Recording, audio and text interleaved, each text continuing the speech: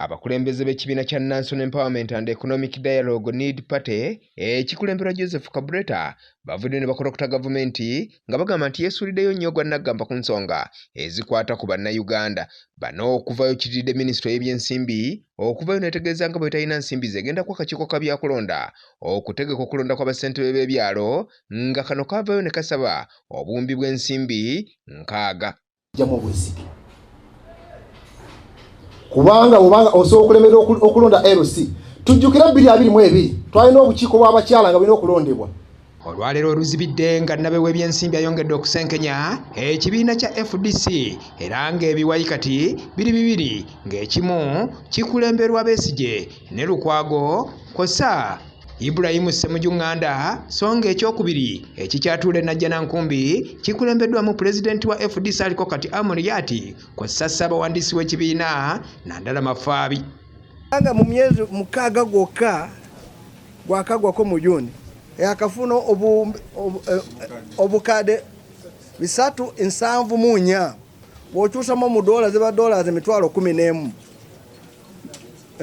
mitwalo meka za dola bw'ogabira ennaku ze yagamba ziyatambula ebweru zisuuka mu 145 ate ogateeko zatambula mu Uganda nazo zisuuka mu 8 omwe hafu eya ebeeramu ennaku 183 oba 82 okugaata okutambula kwe kooka oba oyisemu n'emyezi meka 6 naye buli kaseera omulaba mu palamenta ayogera ku maka ga Museveni tulaga abantu bokozesa ate naye mu palamenta bakozesa bava mu maka ge gooka nga chifu wipu era nga wipu kati bw'oba oyagala okubuuza omuntu oti lwaki gwokola bwoti osooka weetunulamu gwokola ki.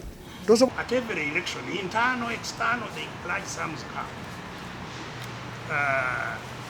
You find people our own delegates who come from up country, they are accommodated in hotels, not by the party but by candidates.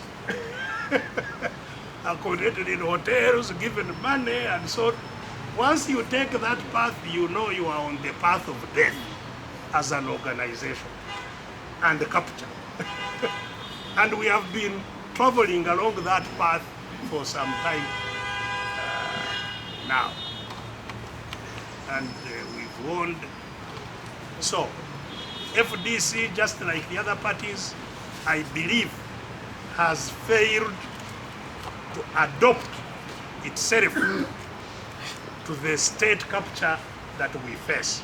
Buli kiwayi olwaleero kiyise bannamawulire okwennyonnyolako ku bigambibwa nti kyali ensimbi.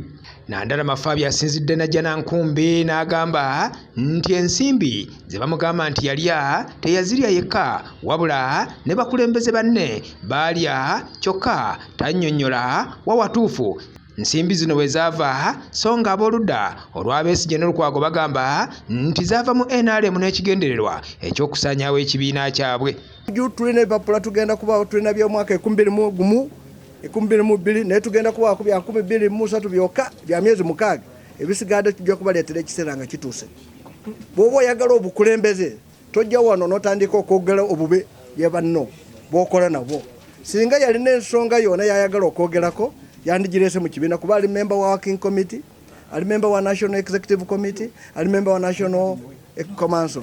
Ekyo kikulaga nti ono omutiitiizi tosobola okuteekawo olukiiko n'oyita consultative meeting okugenda okola ekintu ekyo okuvuma Nandala n'okuvuma Poa.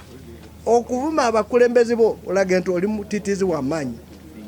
Ky'oba olaba Amini agamba muzeemu abakulembeze bammwe ekitiibwa.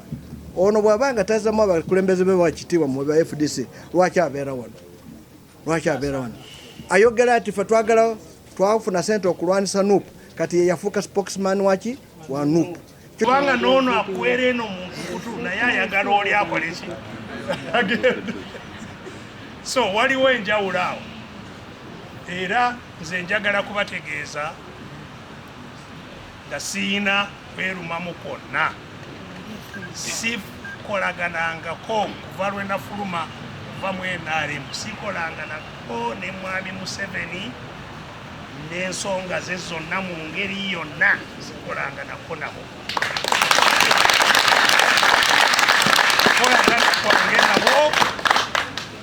tusisinkana olutalo wakati sikolangana era emirundi gye tusinkanye just kusinkana kubeera awamu ne tusinkana giri ebiri mu mikolo gy'abannaddiini.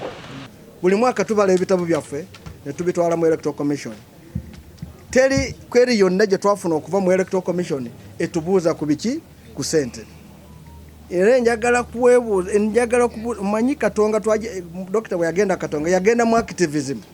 Naye njere gye tulaba nti tulina abamemba baffe bagendayo okulwanisa ekibiina. Ffe ekibiina kino kiriwo participating mu elections ne activism. Naye bali tebaagala election. Kyoba bali kulwanisa ne internal elections tugenda mu kati.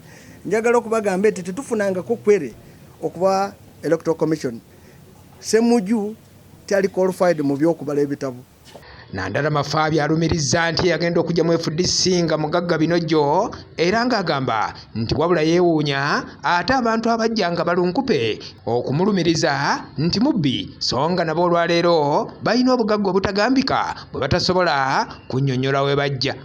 Mu disciplinary ekyo kikulaga nti abantu bano bali discipline. Bw'abanga baali baagala ekibiina kyabwe lwaki otwala ssente n'osasula ensambya n'osasula ssente lwaki tebaleeta wano ssente ne tuzimba ki ekibiina kirwana buli kaseera okufuna ssente era bw'obuuza ssente ezo bazigyema ojja kwesanga abo bebajja ssente from hostile sources batulage bazigyewa naffe batuwa accountability. Council erina okuteekawo disciplinary committee netandika omulimu gwayo, so tewali buyinza bwonna party president bwayinza kwogerako kugamba nti ono bajja kugenda mu kakiiko kakwasisa empisa oba secretary general obwo obuyinza buli national chairman, so batuddeyo okwemulugunya kwabwe eri national chairman. By the way, byetukola byonna biri mu line oba bikwatagana bulungi ne position ya chairman. Era nanyigira nnyo bannange ne mbabuuza nti so kyemwagala okutegeeza musobola okubanga mwalowoozaako nti nzija ssente ewa Museveni ne musirika, kubanga bwe musirika kati awo naamwe muba mufuuse eki balabe b'ekibiina, kubanga bw'ojja ssente kwoyo gwe mwagala okulwana naye kati eyo eba treason. Besigye ye mu kwewozaako agambye nti ebyobukulembeze bw'ekibiina yabivaako dda n'asigala ng'omuwagizi, kale ng'omuntu okumugamba nti ayagala kwabuluza mu FDC abaamusibako ga mbuzi. The policy of divide and rule.